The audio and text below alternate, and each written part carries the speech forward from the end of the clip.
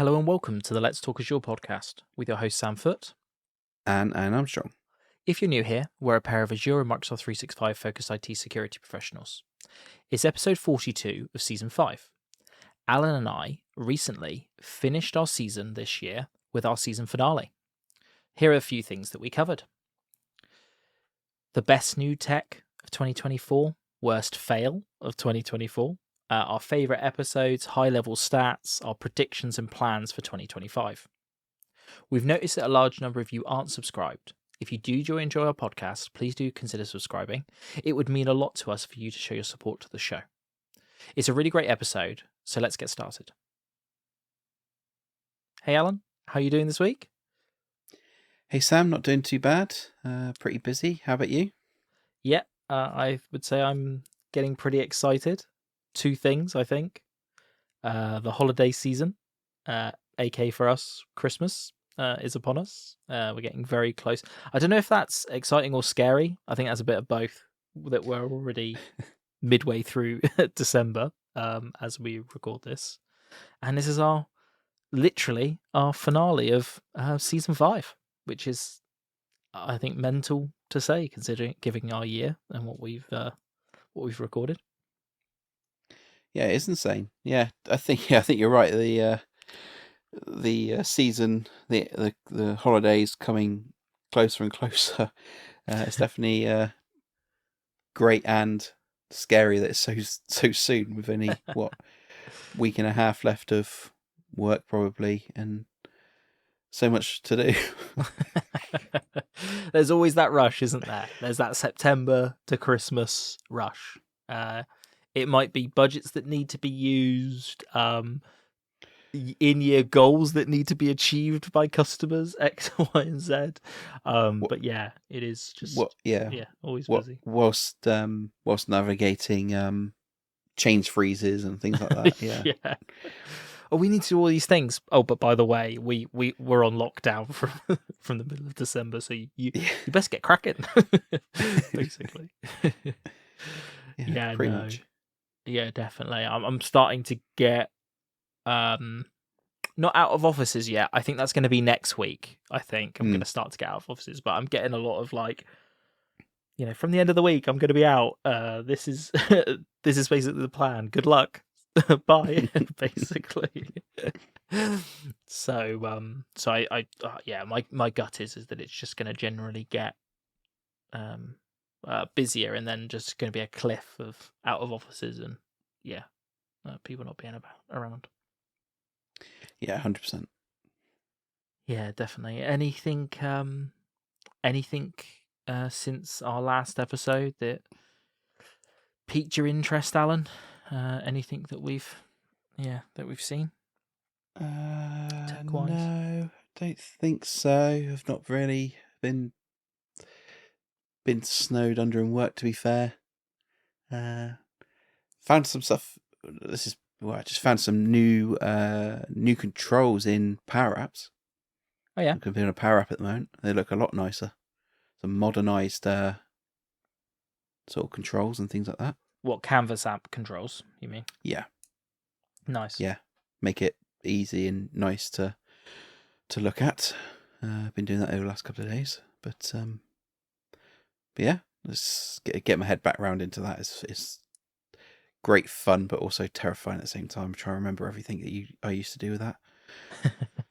Yeah, it's like another like pull the disc out, put the Power Apps disc into your mind, and then start ingesting it again. Yeah, that's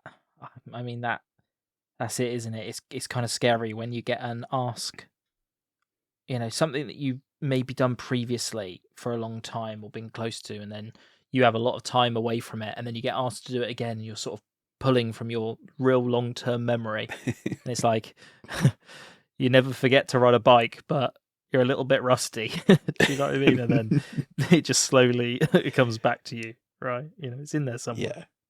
Yeah, exactly. Yeah, that's really good. Well, it's I can't believe it's our last episode of this season. So yeah, for people that have tuned in since the end of last season, which we have a season every year, essentially. Now we do anyway. Yeah, I was going to say this is our first year season. Oh, is it our first year? Okay, fine. Yeah. So we have, it's a season per year, and then we typically take a chunk of time off. I would say around the holiday season, so at the end of the year. So this will be our last episode until an episode in early January. And yeah, we now work on it's 3 per month, I believe. Now we used to do 1 per week, but it was just a bit too much, basically. So yeah, we do 3 per month now. So 1 news episode a month, and then 2 content topics. So yeah, and that keeps it a bit more sustainable, doesn't it? I would say for us, because we do have things going on, especially as Alan's likes to jet set around the world. Quite a lot. Around It the can world, be a bit like it can be jet into a hotel room, a conference to a hotel room, and back again, basically. Yeah. So yeah. So it just means that Alan and I create 1 piece of content each per calendar month, and we also keep up to date with any new technology that's coming out. In these finale episodes, we just like to sort of shoot the breeze. Really, there's no sort of technical chat really, and we just talk about how the previous year's sort of gone. Not just in terms of the podcast, but other tech as well. So yeah, should we get started, Alan? What's our first thing that we're going to talk about? Oh yeah, best new tech of 2024. What are your options here, Alan? What are you thinking? Best new tech of 2024. It's difficult. I mean, I would probably has it been this year that Gen AI properly launched itself, or was it last year? Oh. Probably Ignite last year, I suppose, that it probably started to kick off. But it's this year where we've actually been had a chance to use it.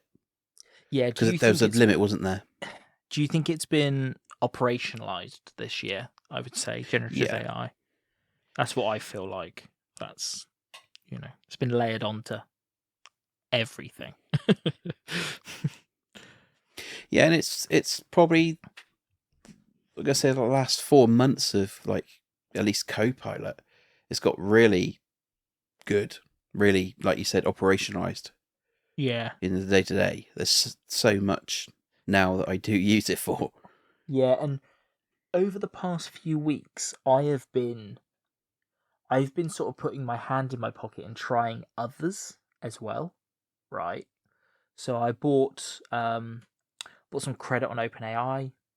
I bought X Premium to get access to Grok, and the models we now have access to are incredible.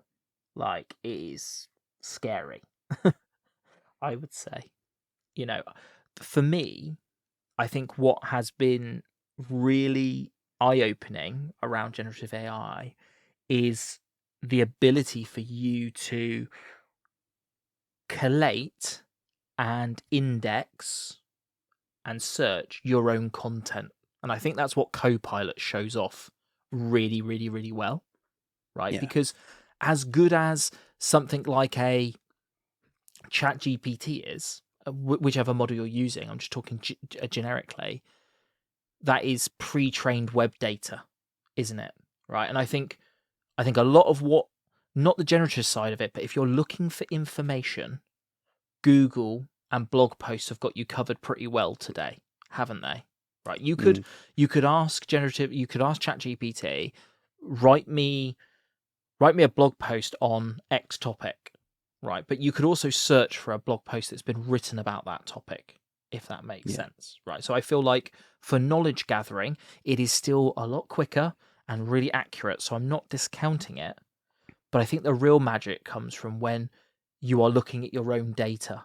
So like your Copilot, as an example, looking at, oh my days, it knowing all your emails and being able to search through all your emails and being able to pull this random presentation that was shared with you like 9 months ago that you'd never have found unless you search for it in Copilot. That to me is truly the magic of it, and that is the productivity gain, isn't it? From that operational side. Yeah, I think it's that, but also it's the meeting insights and things like that now. Yeah. That's got a lot better. Yeah. Yeah. And kudos to Microsoft is they have applied all of that into the enterprise, haven't they? Mm. Yeah. There is a standalone experience, which is, it's great, right? But like you say, when it's integrated into those services, it is mind-blowing. It doesn't get it right all the time. Let's just not be complete fanboys for a minute, I suppose. But Yeah. so I do think that it's not. We're not at a stage there where it doesn't need human interaction and intervention, and oversight, right? I think it still needs somebody to validate what it's creating, and I think Microsoft do a good job of that, of basically saying, a human needs to check this, by the way. But if you are a subject matter expert, or you've got some relative experience in what it is, generating and talking about, you can pull out the bits that you need or the gaps that it's filling in for you.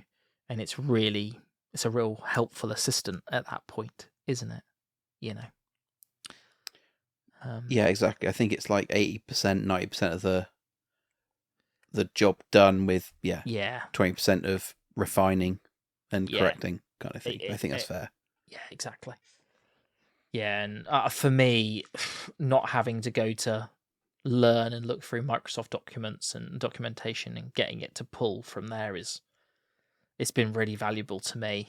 If I want to find something niche, the only thing is I do find if you're looking for sort of technical help with it, the models can be so old that it's trained way back and it's not very useful, if that makes sense, because when it's pulling information around Defender for Cloud, it's calling it Azure Security Center and things like that, and you're like, this was definitely trained too long ago for what I need, basically, if that makes sense. So I do think you have to be a bit careful on the age of the data that's there. But that's why I tried Grok the other day, because their claim is that it's a lot more up to date, basically. And the jury's out on that at the moment. I don't have a concrete viewpoint of that just yet. So, yeah. Any other tech, Alan, for 2024 that sort of blown your mind? I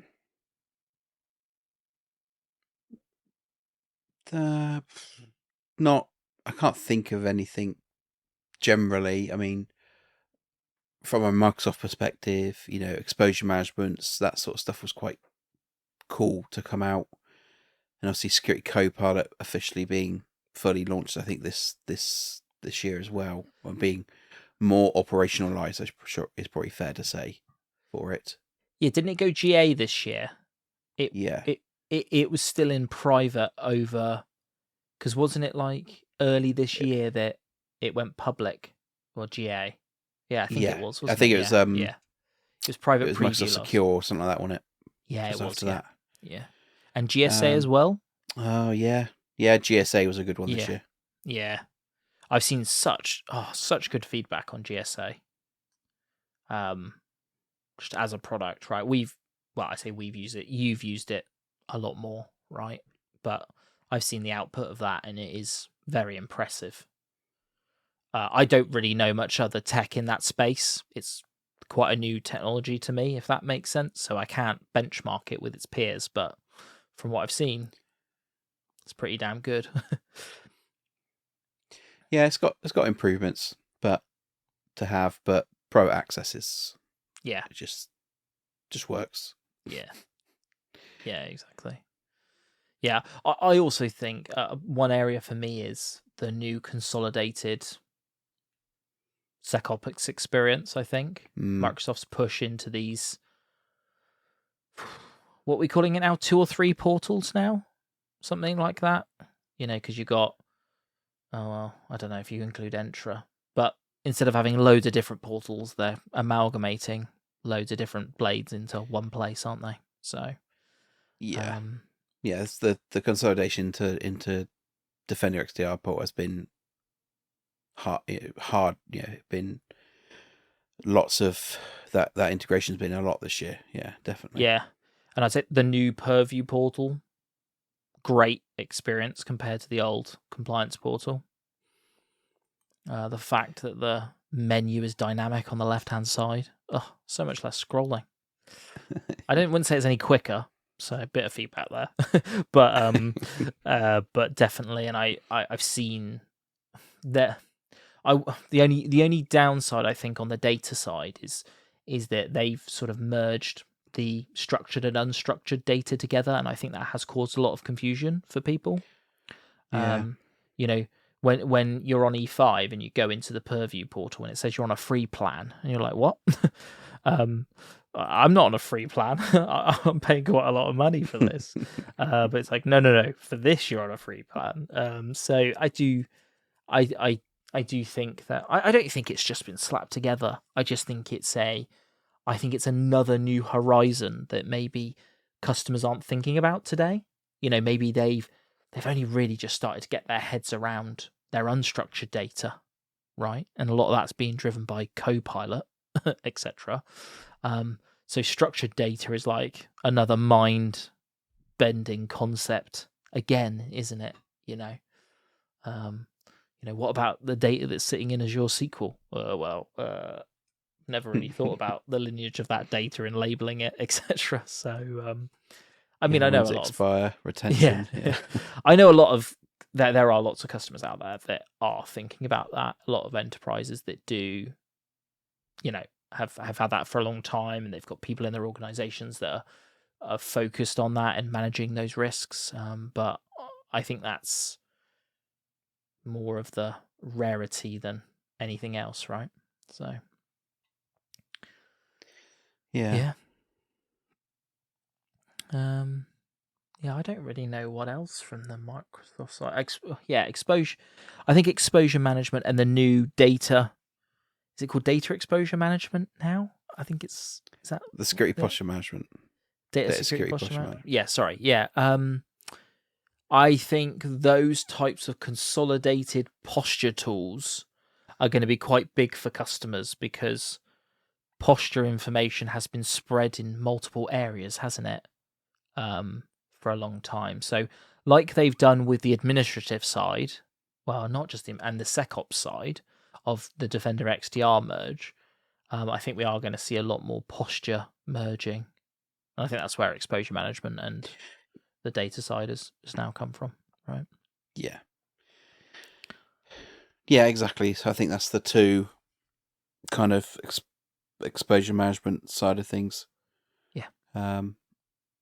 So yeah, we'll see where that goes. But yeah, you're right. They've brought it all into one place, which is good because like you had the Defender for Cloud portal to see the CSPM side of things, which it is still there, but a lot of it is now feeding into the exposure management sort of side of things as well, especially attack paths and things like that. Yeah. Attack path simulation is.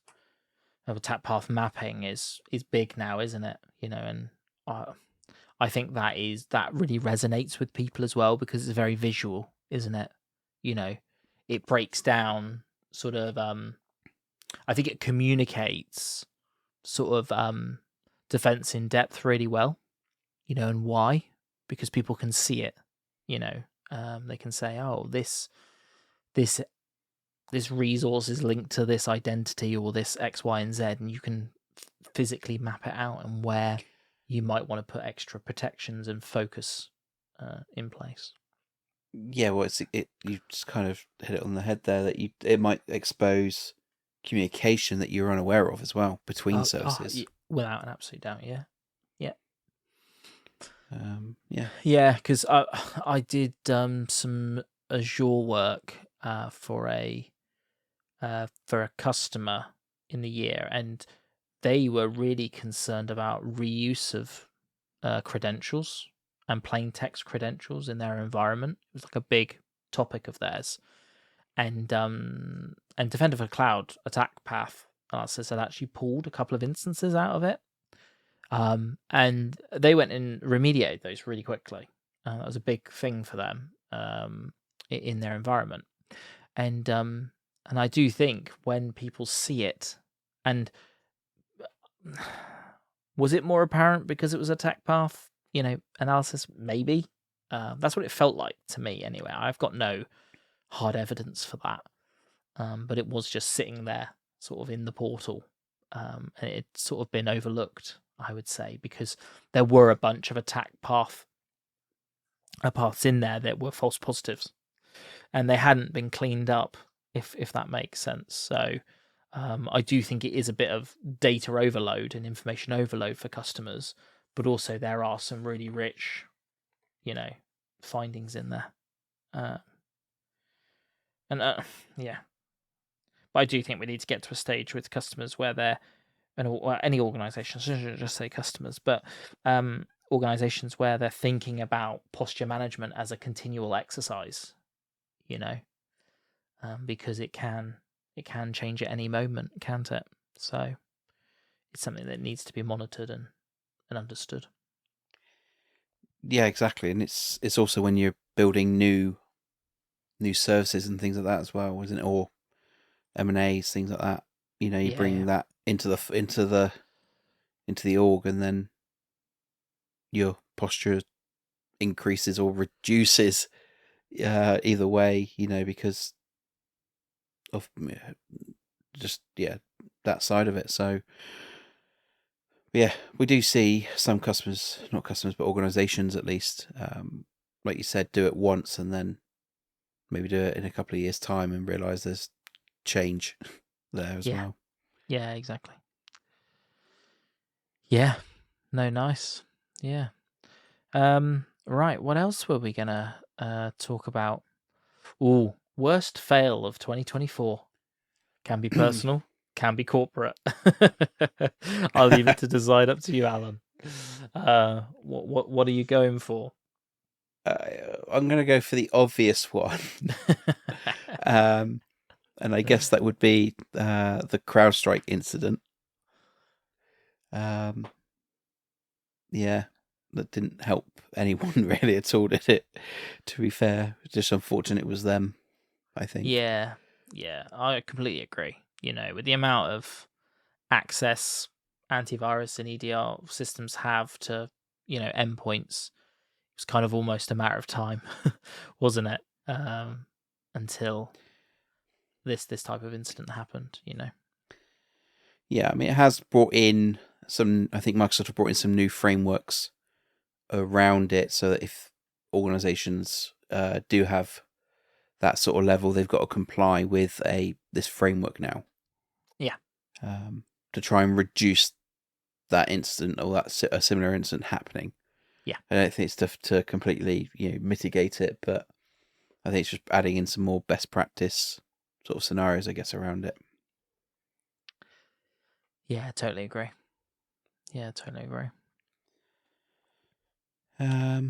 Any others this year? I can't think of any. I'm trying to think if there's anything else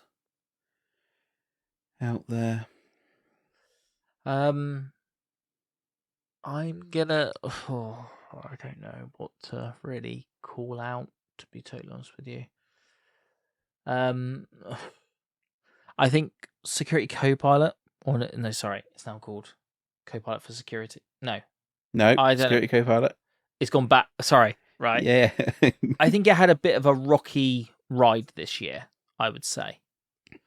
I would say that in the quest to, and I don't doubt that AI augmented security operations is a positive thing, right? Because I believe that most technical roles the productivity can be improved by using AI or generative AI or whatever you want to call it, machine learning.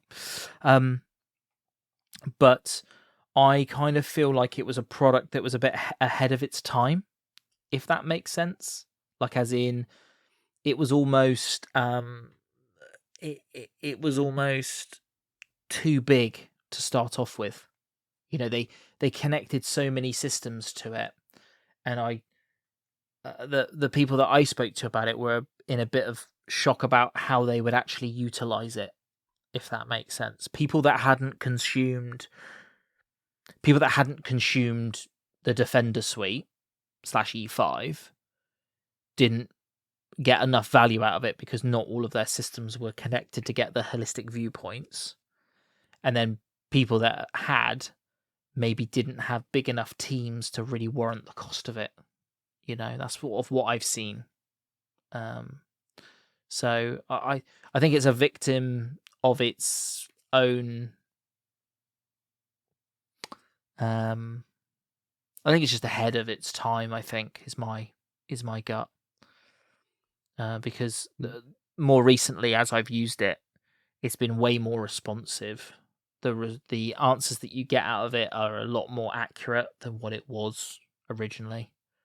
So I do think it's improving and it's moving in the right direction. I just think it's going to take some time to really show its true value, is my gut on it. Yeah, I think you're right. You had to have the data to ground it in place to be able to get the most value out of it. And I think it was that you said it wasn't. Well, there may have been custom. We're still trying to convince people that have purchased things like Defender for Identity to even enable it and deploy it, And I just, and it comes back to the whole purview data security conversation as well, how mature organizations actually are today. If you took the average organization, where are they? I wouldn't like to call that, but how much further than EDR have they gone? If that makes sense, Yeah. How many, as a percentage of all organizations that have, I don't know, more than 500 endpoints, how many of them are using a CASB solution today? I don't know, but it's pretty rare to see somebody that's sort of ticked every box in terms of E5, right? There are a lot of people out there. I'm not saying that doesn't happen, but I think it's a rarity more than it is a norm. Is my gut. Yeah, exactly, and using the full suite as well.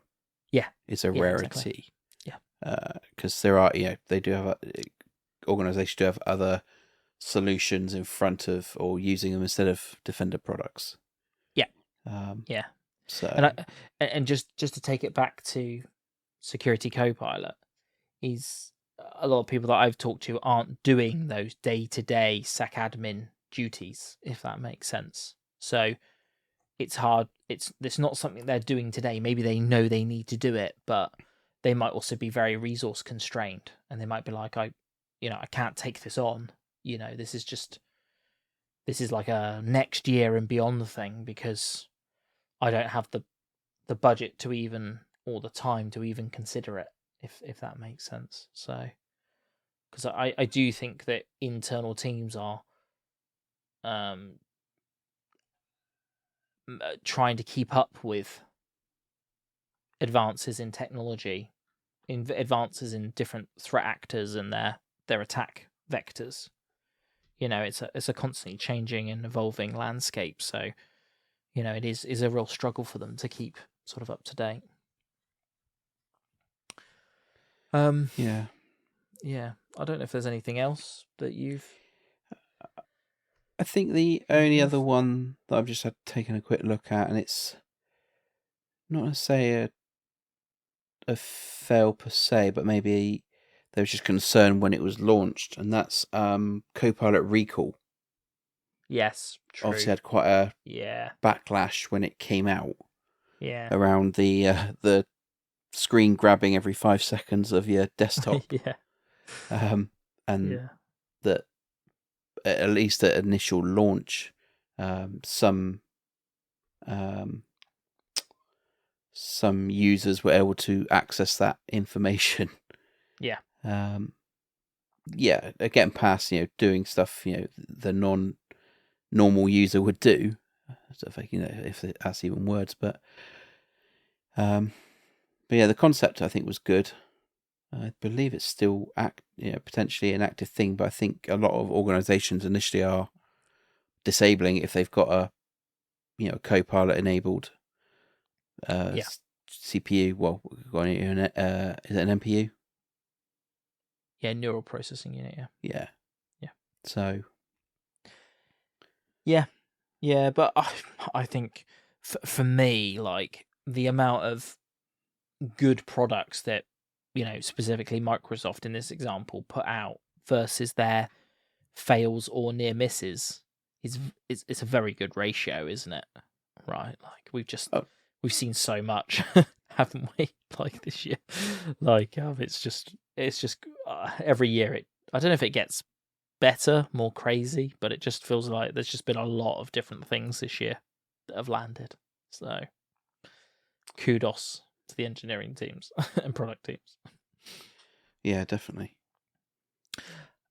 So let's stop bashing Microsoft, even though it's fun and easy to do. What our episodes, Alan? Favorite episode of this year? So we did 42. So we'll do stats in a minute. Yeah. So my couple of favorite episodes of doing what ones we'd done. Unfortunately, are mine. Oh, of course they would be, Alan. Yeah. So my favorite ones of doing was the token, reducing the risk of token replay. Yeah. Token theft. That side of things. I thought that was a really good episode because it was good that we were talking about the actual sort of attacks, the processes or the scenario kind of thing, and then not only just going, this is really bad, this is out there sort of thing, but actually here's a potential resolution around it, or resolutions around it at least, to reduce the risk. I thought that was a really good episode that we did. And I think the other episode that came to mind was probably, where was it? I think it was around the glove score access side of things. I think that was I quite enjoyed talking about that once I was allowed to talk about it. Wanted to come out of private preview and stuff like that. Yeah, I think that was my couple of episodes that I did enjoy sort of doing. What about yourself? Number one's got to be Azure Data Box, hasn't it? Let's be honest. Yeah. Got to be. Quite possibly the most, I'm going to say ridiculous, but in a good way, Microsoft service. You need terabytes worth of data moved into region. Instead of sending that across, fiber optic channels and paying for that, put it on a crate and send it into us. I think that was really cool. Data API Builder was one of those things that I found that I couldn't believe that I'd missed, basically, which was really good, and I am actually using that at home every day, which is really cool. And then the other one, and I did pick one of yours, Alan, because I'm a nice guy like that. I like the episode on the CCP community. Yeah. Okay. Because, and the reason why I say that is because things like that are programs and extracurriculars in Microsoft's ecosystem that I don't think a lot of people know about, or think that they think they can't get access to, if that makes sense. And those types of communities are really good because, as far as I'm aware, it's just an active NDA with Microsoft as a prerequisite, essentially, right? But it is open to essentially anybody, if that makes sense. Customer, partner, like it doesn't, as long as the NDA's there, you can request access to it, can't you? So, Yeah, as far as exactly. I'm aware. So, and that is probably the best source of knowledge, inspiration, access, I would say, to Microsoft, because you can legitimately critique something that Microsoft's creating and have calls with product teams to fill in your knowledge because they are benchmarking their changes with that community, aren't they? Like, how many times have you filled out a feedback thing, Alan, and you've actually got a callback from a product team member? It happens quite a lot, doesn't it? If you're willing to go through that, sometimes you Yeah. can't do that because of availability and things like that, but they're very hot on that, that side of things, aren't they? Oh, definitely. I mean, I've had product group actually just contact me out of the blue now Yeah, exactly. to ask for feedback and things like that. Yeah. But it's not just that. Like you said, it is like testing out the product previews and things like that. But it's also helping shape the products before they go out. Yeah. Giving that feedback that everyone, your customers or yourself is going to say, basically, so they can either change the comms or slightly change the product or add the features that are needed first. Prioritize. Yeah, exactly. Definitely. Yeah, and if you're being cynical, you'll be like, well, you're sort of doing Microsoft's job for them, but you get such an advantage knowing what's coming. You don't know everything because they still keep things up their sleeve, don't they? That Yep. nobody sees. And even you as an MVP, you don't see them until late in the process, right? Even if you even see them early, if that makes sense. So they do keep stuff back, but you understand context of what's happening, what's changing, why they're changing it as well. Because I think what's also really good in those communities is like you understanding why they're changing things. It might be like what was the one?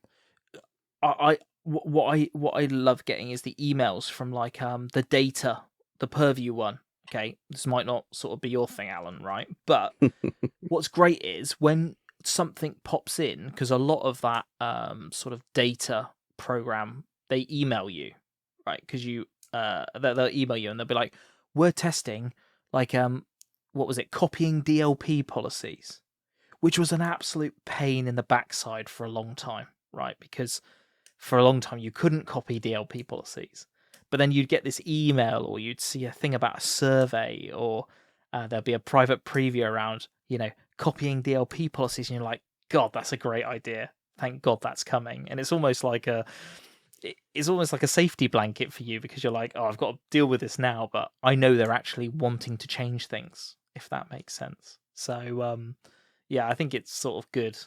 It's good.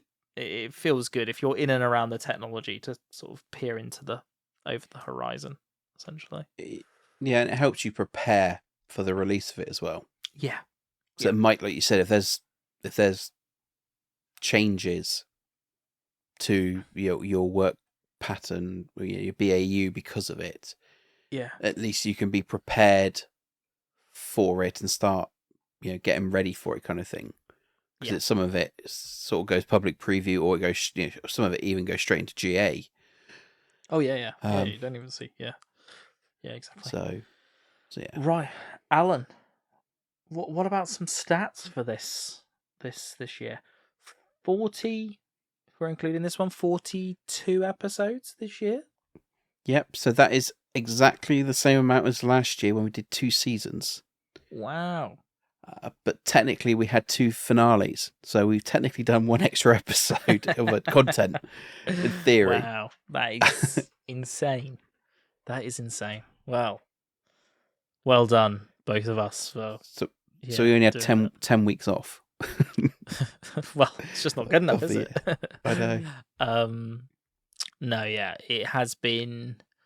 I would say for a long. I think it only got a bit disrupted during. I think we had a period over summer. I think when we were just sort of focused on our 3 or 4 days of actual summer that we had this year. And I think in and around Ignite time, things just got busy for us, didn't they? Work-wise, and also because you were traveling a little bit more. And I think I also had some time off and things like that. So, but for a long part of the year, we were very consistent, weren't we? We were just sort of on the treadmill, sort of doing it. So, yeah, sort of fair play from that perspective. Most popular episodes this year, Alan? What's been the pick of the bunch?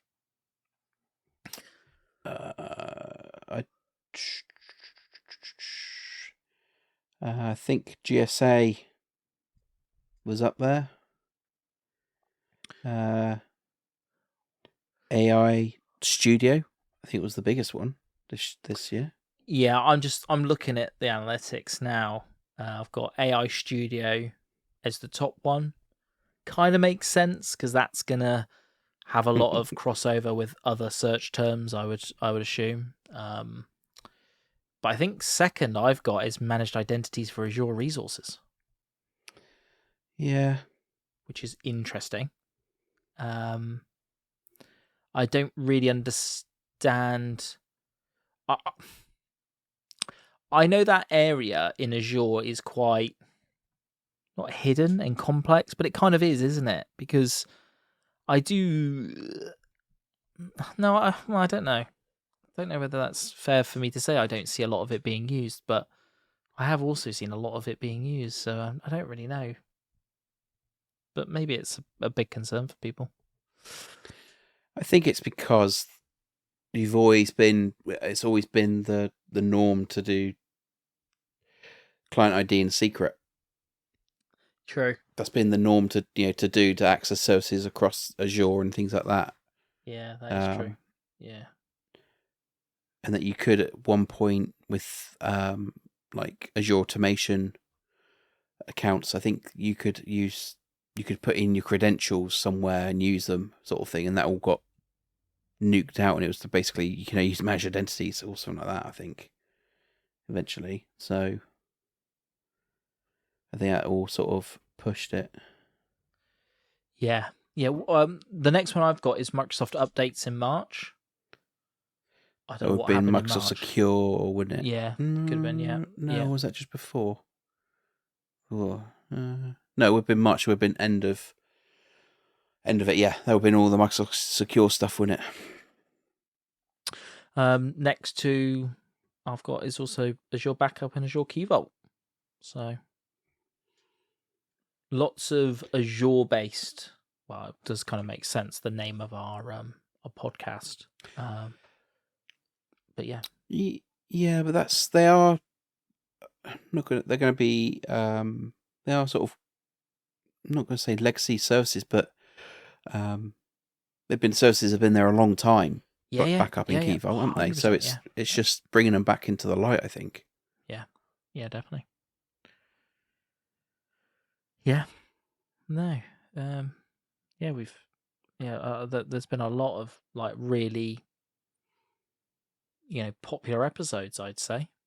Definitely some standouts, but it's all relatively consistent in terms of listeners. So thank you ever so much for listening. That's all I'd say. Anything on the stats front that you want to call out, Alan? I was just going to say the all-time top episode is Hello World, the very first one. So, not by much though. And the next one's Entra. Okay, all right. And then Copilot Solutions, then AI Studio. Okay. There's only 3 more across the whole, all of our episodes. 119 worth of episodes that we've done ever. Listener locations. I currently only have access to the last 6 months worth of data, I believe. I can only do. Let me just see if I can go back further, but I think I'm limited to. Oh no, I can. I've just got to put a custom filter on. Okay, sorry, 2 secs. So, United States is the top and it is 3 times as high as the United Kingdom, which is second, which is just over twice as much as our third biggest location, which is Australia, and then followed relatively shortly afterwards with Canada and Germany. So thank you ever so much to our US listeners for your support for the show. But yeah, definitely US and UK are our top 2. Yeah, just looking at the all of the countries, there's definitely quite a few. It's definitely, we do get around. Yeah, and also thank you for our single listen from Cuba, whoever you are, if you're also listening to this at the bottom of the list. Yeah. Nice. Right, Alan. The next thing I had on my list was predictions for 2025. We need to make a note of these, and we should review them in the next finale. Yeah, so I guess the obvious one's going to be more AI in our But lives. specifically, what more AI? You're just going to say just more AI? Just AI plus Yeah, plus? just more AI. Okay. No, I think it's going to be more... I reckon it's going to be more AI doing stuff for us. So actually taking some actions. Okay, in those actions. scenarios. Yeah, okay. Yeah. Yeah. I'm going to go for local AI. It's going to be more and more prevalent. I think people like Apple are pushing. We've had refreshed MacBooks, a refreshed Mac line with minimum memory being bumped to, I think, 16 gig across the board now to support Apple is it called Apple Intelligence? I think it's called Apple Intelligence. So I personally think that we're now going to see more of a divergence from more of a focus on local processing. I think that we've seen this with the Copilot. Are they called Copilot Plus machines? Yeah. Are they no Qualcomm ARM SoCs that are going into these laptops? I think we're going to see more and more local NPU processing power, so that you can drive your own micro models client side, essentially. Yeah, well, Intel have got some now, haven't they? I think, or at least coming out for laptops anyway. I don't know about normal desktops, but the other day I watched a video of somebody buying, because the new Mac Mini is like really cheap, the base model, and he'd bought a bunch of he didn't just buy the base model ones, but he'd bought like a bunch of different variants because they've all got Thunderbolt 5 on them, and you can do Thunderbolt 5 networking between them, basically. So he'd built like an AI cluster for it. And what I really learned from that video was that because Macs have a unified memory, they can dynamically shift the amount of memory that is available to their GPUs across their die. So, traditionally, if you wanted to run with any sort of performance a local model, you needed a graphics card with like a lot of, video memory, right? And that costs a lot of money. What's a 4090 nowadays? £2,000, £1,500, £1,800, whatever you want to call it. That'll get you 24 gigs of video memory. And the amount of video memory is sort of how big a model, or more sophisticated model, should we say? That's an oversimplification, but let's just go with that for the moment. The more memory you have, the in theory, the better the output of the model, right? That isn't technically true, but let's just run with it as an easy thing for us to digest. Now, what Apple can do is Apple can say on their silicon, they can say, so if you spec a MacBook Pro, a MacBook Pro can now have 128 gig of RAM in it, and it can dynamically allocate a lot of that memory to the GPU. So actually, even though the GPUs aren't as strong, the size models that you can run on those machines are basically incredible of what you can do.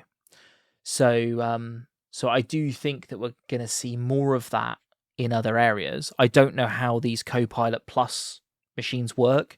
I only really thought about this or I wouldn't really heard about this the other day, and sort of it popped into my head. So I think we're going to see a lot more of that coming through, so that you don't need a $20, or $3,000, $10,000 a month subscription to these types of services.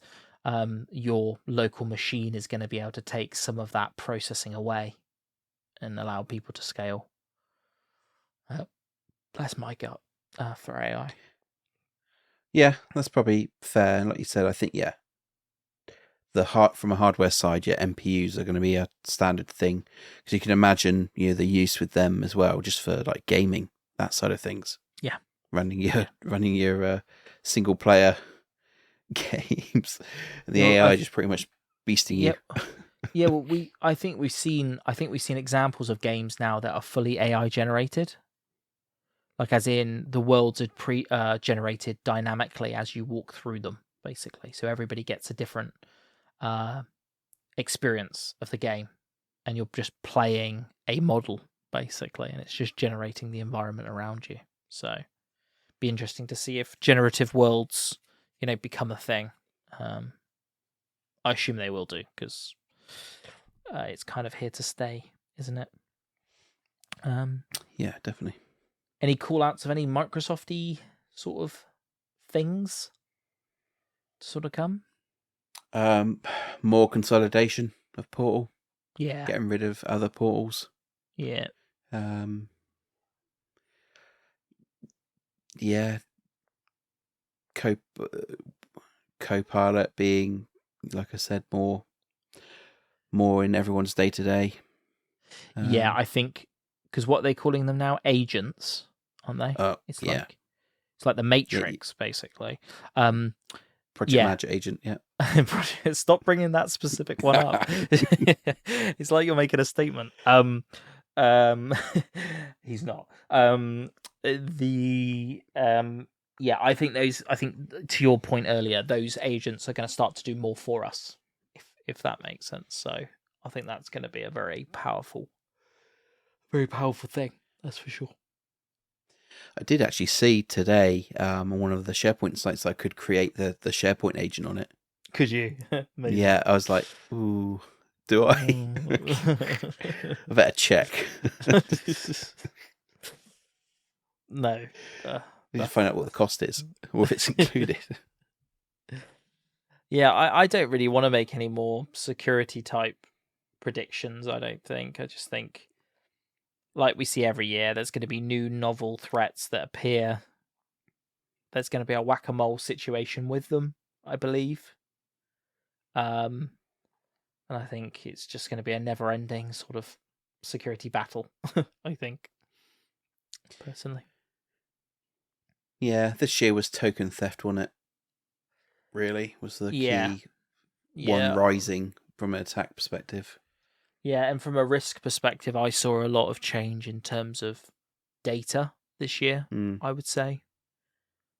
Sort of never-ending DLP requirements, I would say. So that's been a key. I think that's just going to continue to accelerate, personally. I think IoT is going to become more and more prevalent as sort of regulation takes over, requirements of monitoring of, and I'm talking OT when I'm talking IoT, I think. Yeah. More than anything. So I think we're going to see a lot of that, because a lot of manufacturing is sensitive in terms of what it is, supply chain, global supply chain risk.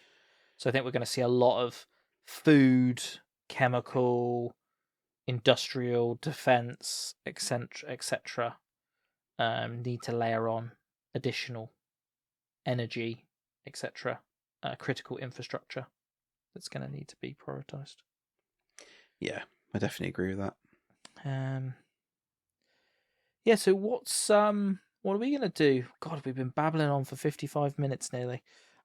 What's the plan for us next year, Alan? 43 episodes, maybe? Yes, I think we're going to stick to the same one season for the year. Yeah. 'Cause it worked out. Yeah. We didn't take a break, even though we kind of did at the same time, but Yeah. in mid-year. But yeah, yeah, 40. We're going to aim for an extra episode, are we? well, maybe not. Yeah. Yeah, I think one thing that we're also going to start to look at is more specific features and focus areas of things that are popular in any moment, if that makes sense. I think your episode on token replay was well received, and it was informative, not just of it was an actual real attack vector, a mechanism that you need to protect against, right? So I think we're going to work on some more real world examples of different things, I would say. Yeah, I was going to say that's probably some good ones that was definitely a good one to sort of showcase that sort of type of episode, wasn't it? So Exactly. definitely more of those. Yeah, I'd really love for us to get more of what we're seeing day to day, and that is, really truly in front of people. I think it is good giving people grounded information in terms of different products, new products, releases, those types of things. We're not coming to the end of the things that we can talk about. We're coming to the end of the things that we want to talk about. I think is probably a better answer to that. So I think we need to start focusing on real things that we're seeing day to day, real challenges we're seeing in the field, and sort of sharing that as far and wide as we possibly can. So I don't think we want to sort of chase clickbaity titles and scary situations, but pragmatically and logically raising topics that we feel like we should be sharing, with each other. Because I think, we do need to remember that the reason why we started this podcast is that these were the conversations we were having with each other. Well, you telling me stuff to upskill me, essentially. So I think we need to continue doing that, and just try and make that a bit more real, if that makes sense for people. Yeah, definitely. Yeah. Yeah, I don't think there's probably anything else. We don't need a rebrand yet, do we? We're not, it's been a couple of years since we rebranded all the. Yeah. I think we should sit down over the Christmas period and just review all of that, what we want to do. I know we added YouTube this year, didn't we? So, which has been going really well. So we just need to think about, think about that, I think. Yeah. Oh, we did also have, this is completely random and nothing to do, well, it is kind of to do with what we were talking about. But we had a message from a listener around quite a cool feature around Linux baseline configurations. So Andy, thank you very much for pointing us in the direction of that. We had that after our Ignite recap. So we'll do a dedicated episode on that technology, because it wasn't something that I was aware of, but when Andy highlighted it to us, or to me especially, it's something I will cover early in the new year. So I just wanted to call that out. So we do get your feedback, suggestions, and notes. So thank you ever so much for sending that in. Yeah, and I guess it kind of comes back to as well, if we do get feedback or suggestions of episodes, we will consider them to do, because we do build our own. Well, we do look at what content to sort of talk about. But there's listeners that have something they're struggling with, or an area they want some more info on. And we'll try and cover it as best we can. Yeah, no, definitely. Right, Alan, should we wrap this one up? I think we've been nattering on. I think it's our longest finale episode ever. Probably. The most longest with the less amount of notes for it. Exactly. Oh, amazing. Cool. So I guess if you did enjoy this episode, please do consider leaving us a review on Apple, Spotify, and YouTube. This really helps us reach out to more people like yourself. If you have any specific feedback, like I just talked about, around episodes and things like that, we've got links in our show notes and on YouTube to get in contact. Yeah, and if you've made it this far through this episode and through this season, thank you ever so much for listening. We wish every one of our listeners a good end to the year, and a break if that's what you're doing at the end of the year. And yeah, we'll be back in the new year. Yep. Thanks all. Thanks. Bye bye.